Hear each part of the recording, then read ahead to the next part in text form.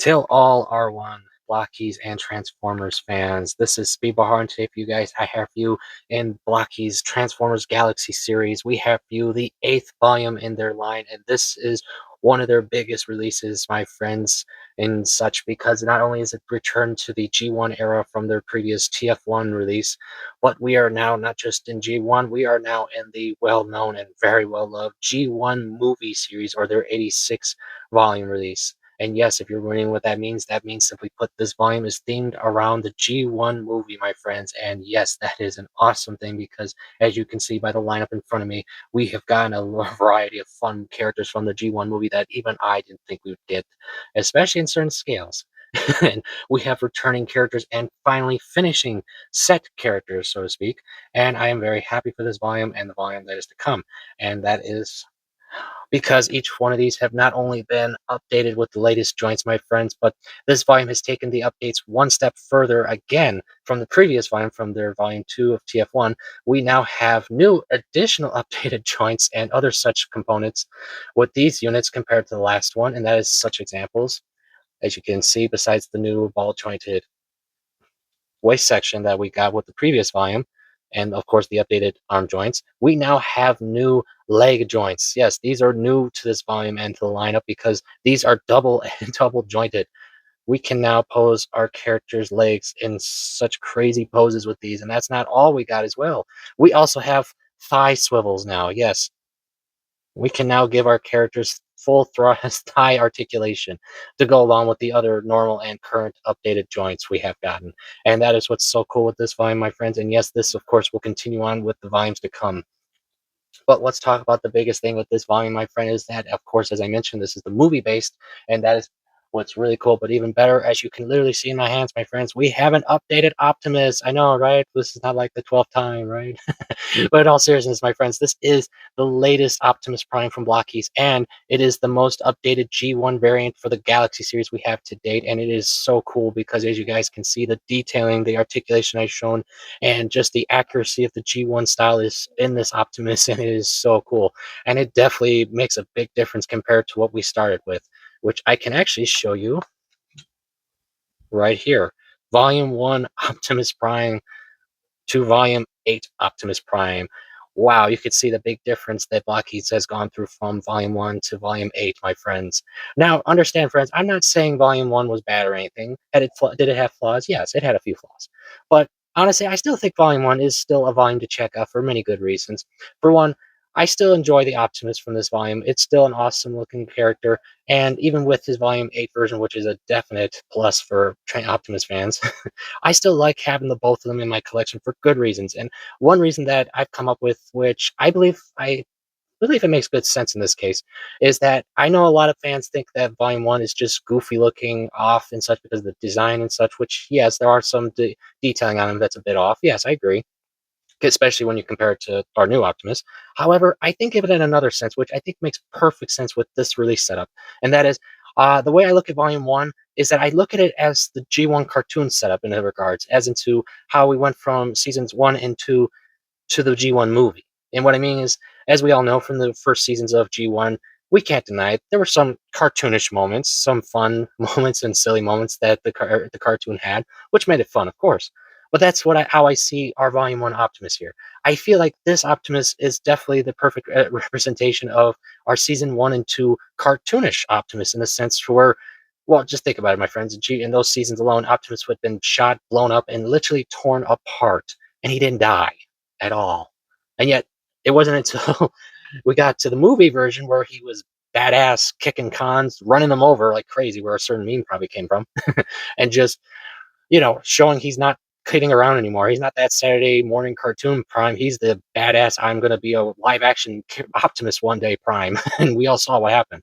And sadly, of course, even after all that, he sadly, well, left us for a while because, of course, of the tragedy of his death in the movie. But that's how I see these two when you compare them. I really think this fits that concept perfectly, the cartoonish to our G1 movie setup. I really think that honestly works well. At least that's just my thoughts, friends. But speaking of that, let's see what other fun movie characters we got in this lineup. Starting with everyone's favorite, of course, Hot Rod. Yes, we have our Galaxy Hot Rod to go with our Defenders line. And yes, this is so cool. Yes, I know a number of fans have not been too thrilled with his face. I can't say I can get it on video. Oh, no, I can, I think.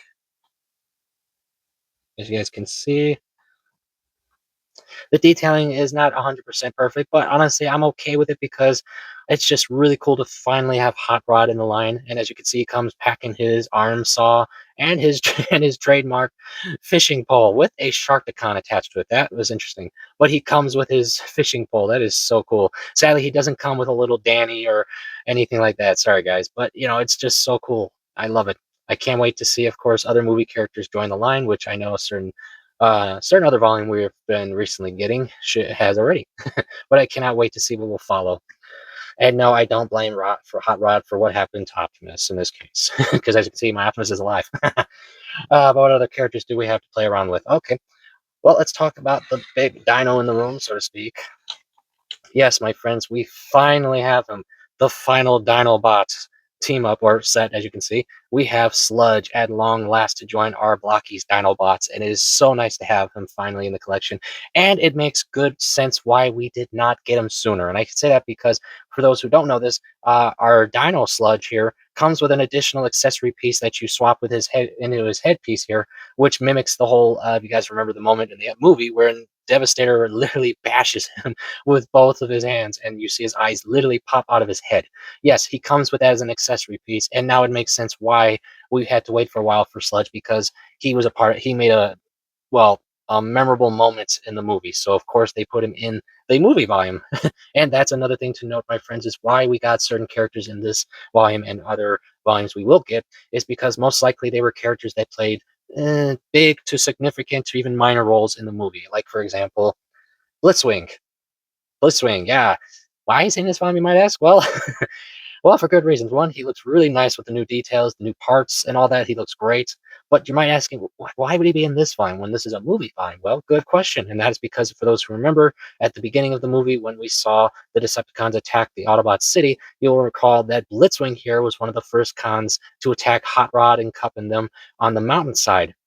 So yeah, it's pretty much that's one of the reasons, and also the part when Optimus literally runs him over in his alt mode.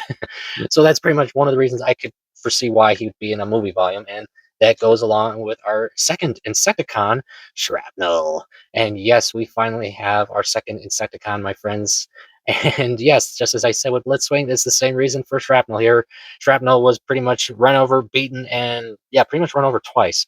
If I no, run over once and then Cup hit him on the side when he was in his alt mode as well. That's pretty much one of the reasons, plus also his later evolution with Unicron. And if you're wondering, yes, we get a mini Insecticon with Thrapnel, and it is Bombshell.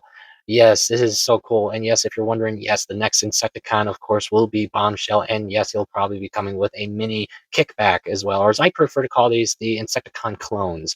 I think that makes more sense for this, honestly. It just makes sense. Now, what other characters have we gotten? Well, there's a couple big characters I'm going to talk about, but first, let's talk about a smaller character. Our Sharkticon Gnaw. And yes, that's his name, Gnaw.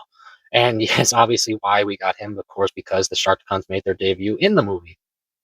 But it is so cool to finally have an actual Sharkticon in Blokees lineup minus the storage containers. But it's really nice because the detailing, the color accuracy is really nice. And he's just a fun little mini con to have. Oh, sorry, not mini con, but mini grunt to have in the collection because it's just you got to have more than one of them. But it's really cool, as you guys can see. He actually comes with a mouth gimmick. That is so cool. And honestly, I'm almost tempted to pick up a couple of these to do some customs of. I really am. But it is nice to see some Sharkticon slash Quintesson love in this lineup, and of course, I'm assuming future Blokees releases.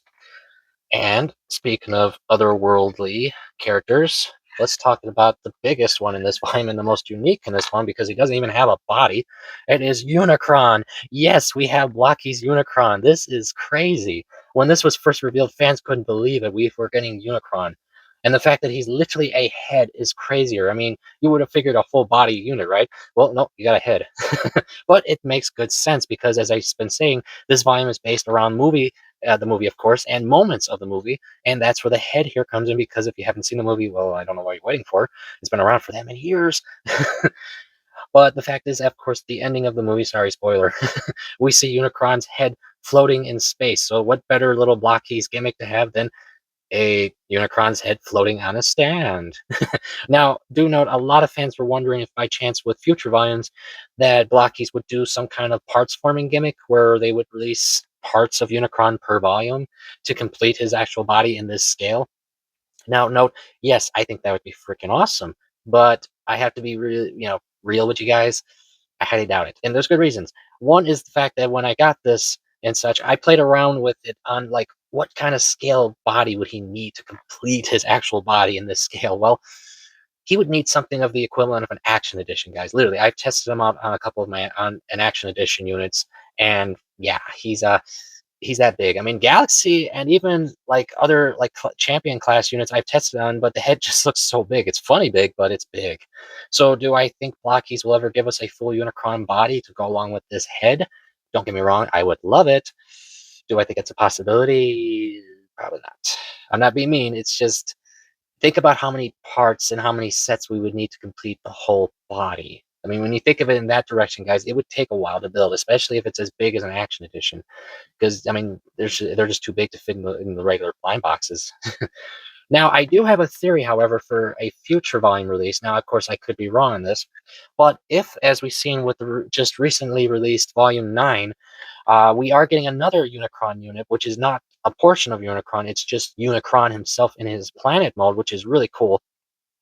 But that brings up a good theory, is that if we got his head because of the moment of the movie, and of course his planet mode of the movie, well, I can't say, of course, when, but I have a feeling that if we were to get a full body Unicron, something's telling me it's going to be in a galaxy scale size Unicron, not as in a whole boss, super size Unicron kind of deal. And I can say that for two good reasons. One, that would make sense for movie reasons, and two, because of a certain other Titan sized character we have in this volume, which I will show you now, is the final character in this volume, and the most, well, probably one of the most randomest characters, but makes some sense in this case, and it is Metroplex. Yes, we have Metroplex in this volume. Our first Titan Blokees release is a Galaxy release. I'm not gonna lie, guys, that still confuses me in this regards. Not the sense that it's not cool we finally got a Titan unit, but the fact that he's the same size as Optimus Prime here. So yeah, I mean, we're talking Titans, guys. I mean, yeah, I always had hoped, and I still hope, that at some point we will see like an Action Edition Titan release. I mean, with all the Action Editions we've been getting recently, I think it's not an impossibility. Plus, it would line up really well with the collections of Defenders and Galaxy units and the scale, for reasons. That's just, of course, my own thoughts, guys. But yes, this is so cool to finally have a Metroplex. It's nice. It's really cool, and it's not going to cost me $500. I can say that with with a smile, honestly.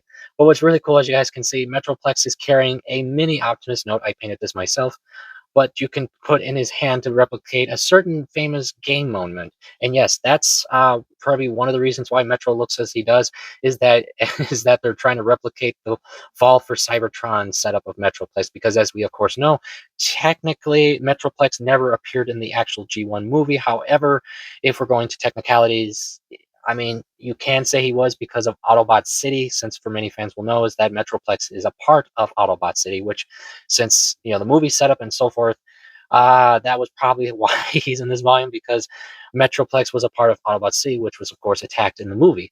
Now, of course, that's like a guess in my opinion. At least that makes the most sense to me, honestly, when you think about it. I could be wrong.